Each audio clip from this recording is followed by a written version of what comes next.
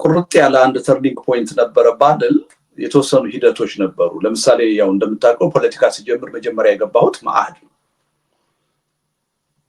ማዕህድ ውስጥ ነው የገባሁት። ያኔ ማዕህድ የተቋቋመው በአማራው ህዝብ ላይ በተለይ ኦሮሚያ አካባቢ፣ ደቡብ አካባቢ ከፍተኛ የሆኑ ግድያዎች ይፈጸሙ ስለነበረ እነዛ ነገሮች መቆም አለባቸው የሚል አጀንዳ ተይዞ ነው። የፖለቲካ ኃይል አይደለም የነበረው እና እዛ ውስጥ ገብቼ ያለውን የፖለቲካ አመለካከት ለማየት ቻልኩ። ምን ያህል አንድ አቅጣጫ ብቻ የሚያይ ለኢትዮጵያ አንድ ትርጉም ብቻ የሚሰጥ አንድ ማንነት ብቻ እንዳለ አድርጎ የሚያይ አስተሳሰብ አይ ነበር እዛ። በወቅቱ ግን የኔም ራሴ አስተሳሰብ ከዛ ጋር የሚቀርብ ነው የነበረው። እኔም ተቀርጬ ያደኩበት ሂደት ከዛ የተለየ አልነበረም። ግን ምን ሆነ፣ በአጋጣሚ ሆኖ እዛ የወጣት ሰዎች ክንፍ ሊቀመንበር ስለነበርኩ የማዕከላዊ ምክር ቤት አባል ነበርኩ የድርጅቱ እና አማራጭ ኃይሎች የሚባል 36 የፖለቲካ ድርጅቶች ያለበት ስብስብ ተፈጠረ። እነ ዶክተር በየነ ጴጥሮስ ይመሩት የነበረ እና ድርጅቱን ማዕህድን ወክዬ እዛ ድርጅት ሄጄ እንድሳተፍ ተደረገ እና በዛ የልጅነት እድሜ ምን ውስጥ ገባሁኝ? 36 ድርጅት ውስጥ ገባሁ። ከዛ 36 ድርጅት ውስጥ አብዛኛዎቹ የብሔር ፖለቲካ የሚያራምዱ ናቸው። ከሰዎች ጋር ኢንተራክት ማድረግ ጀመርኩ። እነሱ የሚሉትን በቅን ልቦና አይምሮዬን ክፍት አድርጌ ማዳመጥ ጀመርኩ እና ያ ለካስ እኔ ያለኝ አመለካከት የአንድ አካባቢ አመለካከት፣ ከኔ የተለየ የሚያስቡ ደግሞ ሌሎች ኢትዮጵያውያኖች አሉ። እኔ ተቀርጬ ካደኩበት ማንነት በተለየ ማንነት የተቀረጹ ሌሎች ዜጎች አሉ።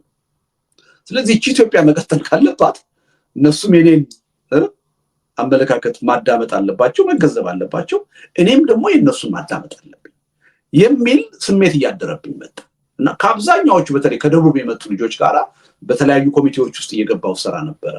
ሻይ እንጠጣለን፣ እንወያያለን። ያ የበለጠ የሀገሩን የፖለቲካ ቅራኔ እንዳውቅ፣ ሌሎች የፖለቲካ ኃይሎች የሚያነሱት ጥያቄ ምን እንደሆነ እንዳውቅ እድል ፈጠረልኝ። ኢንዳይሬክትሊ አገሪቱን እንዳውቅ ነው ያደረገኝ እና ያ ይመስለኛል ነገሮችን በተለየ አይን እንዳይ እድል የከፈተልኝ። ከዛ በኋላ ኢዴፓን ስናቋቁም በዚህ ረገድ የጠራ አመለካከት ይዘን ነው የመጣ ነው። ይሄ የኢትዮጵያ አንድነት የምንለው ኢትዮጵያ የምንለው ነገር ራሱ መፈተሽ አለበት። ቻሌንጅድ ሆኗል። በነበረው ሁኔታ ሊቀጥል አይችልም። ስለዚህ ከዚህ የተለየ ትርክት አለ፣ ከዚህ የተለየ ጥያቄና ፍላጎት አለ።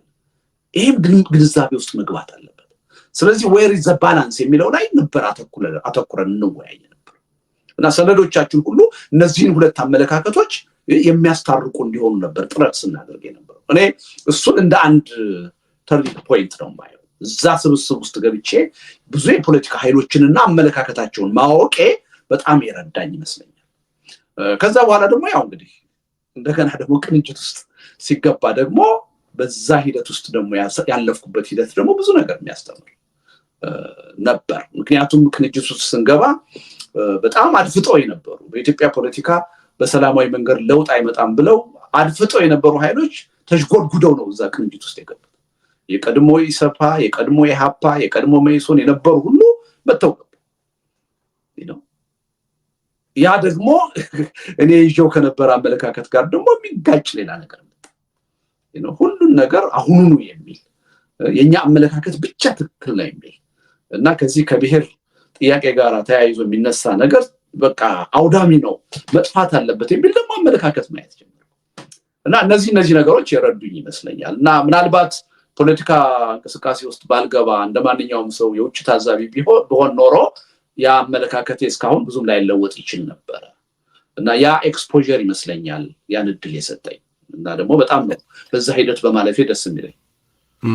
ደቡብን በተመለከተ ስታነሳ በኢዴፓም ሆነ በሌሎች አገር አቀፍ ፖለቲካ ለማራመድ በሚፈልጉ ኃይሎች ዘንድ አንዱ የድጋፍ መሰረት ተደርጎ የሚቆጠረው የደቡብ ብሔር ብሔረሰቦችና ሕዝቦች ክልል እንደሆነ እዚህ በአንድ ወቅት አንተ ይልቃልና አቶ ግርማ በቀለ ይመስለኛል ቀርባችሁ ውይይት ስናደርግ በሬዮት በኩል የአብሮነትን መሰረታችሁ ጊዜ ተነስቶ እንደነበር ትዝ ይለኛል።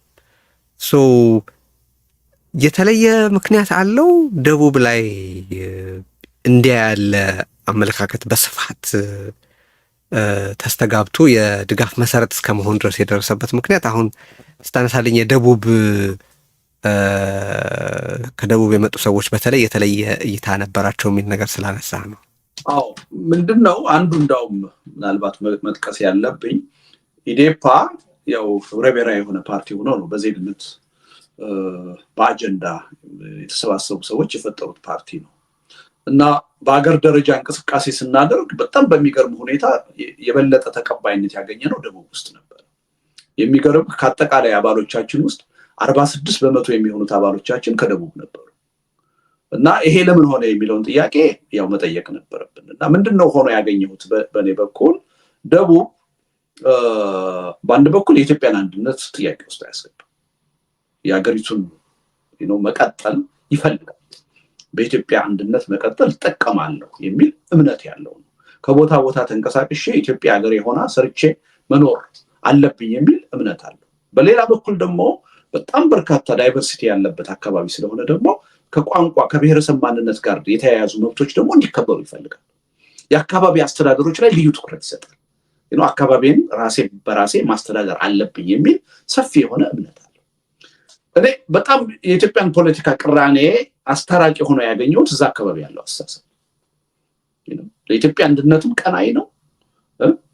በተመሳሳይ ሁኔታ ደግሞ ውስጣዊ ልዩነቶችን መስተናገድ አለባቸው፣ ተገቢ ቦታ ማግኘት አለባቸው፣ በታሪክ የነበሩ የተዛቡ ግንኙነቶች ሁሉ መስተካከል አለባቸው የሚል አመለካከት ያ ይመስለኛል እኛን ምናልባት በከፍተኛ ደረጃ እዛ አካባቢ ተቀባይነት እንድናገኝ ያደረገን። በጣም በሚገርም ለምሳሌ 97 ምርጫ ኢዴፓ ከቅንጅት ጋር ልዩነት ተፈጥሮ ከተለያየን በኋላ በጣም ከፍተኛ የሆነ ጸረ ኢዴፓ ዘመቻ ነበር የተካሄደበት። በፍጹም በኢትዮጵያ ፖለቲካ ቦታ እንዳይኖረን ነበረ። ግን ከ97 በኋላ 2002 የተካሄደው ምርጫ ላይ እኔ በየከተሞች እየዞርኩ ስብሰባ አደርግ ነበር። ማመን በማይቻል ደረጃ ደቡብ ስንሄድ አንድም ኔጌቲቭ የሆነ ቅስቀሳ በእኛ ላይ እየተሰራ አይመስልም። በሄድንባቸው አካባቢዎች ሁሉ የነበረው ተርናውት የሚገርም ነበር። ህዝቡ መጥቶ አዳራሹ ሞልቶ ውጭ ሆኖ የሚከታተልበት ሁኔታ ነው ነበር። አቀባበሉ ራሱ በጣም የተለየ ነበር። እኔ አስታውሳለሁ ሶዶ፣ አዋሳ፣ አለታ ወንዶ ለእኔ የተደረገልኝን አቀባበል የባህል ልብሳቸውን ይዘው ቄጠማ ጎዝጉዘው የባህል ዘፈናቸውን እየዘፈኑ በጣም በከፍተኛ ደረጃ ልጠብቀው የማልችል አጠባበቅ። እንግዲህ ይህን የምነግርህ ከቅንጅት በኋላ ያ ሁሉ ቅስቀሳ በእኔ ላይ ከተደረገ በኋላ በኢዴፓ ላይ ከተደረገ በኋላ እና ጭራሽ የሰሙ አይመስሉም ያን ሁሉ እኛ ላይ የተደረገ ቅስቀሳ እና እኔ ያየሁት ምንድነው የዛ አይነት ሚዛናዊ የሆነ የፖለቲካ አመለካከት ያለውን ኃይል ለመቀበል ጥሩ የሆነ ማህበራዊ መሰረት ደቡብ ውስጥ መኖሩን ነው ያየሁት እና ያ እኔ አሁንም ማዝነው ያ የደቡብ ማህበረሰብ የፖለቲካ ኤሊቱ አሁን ባለው የኢትዮጵያ ፖለቲካ በሚገባው መጠን እየተንቀሳቀሰ አለመሆኑ ያሳዝነኛል በእውነት።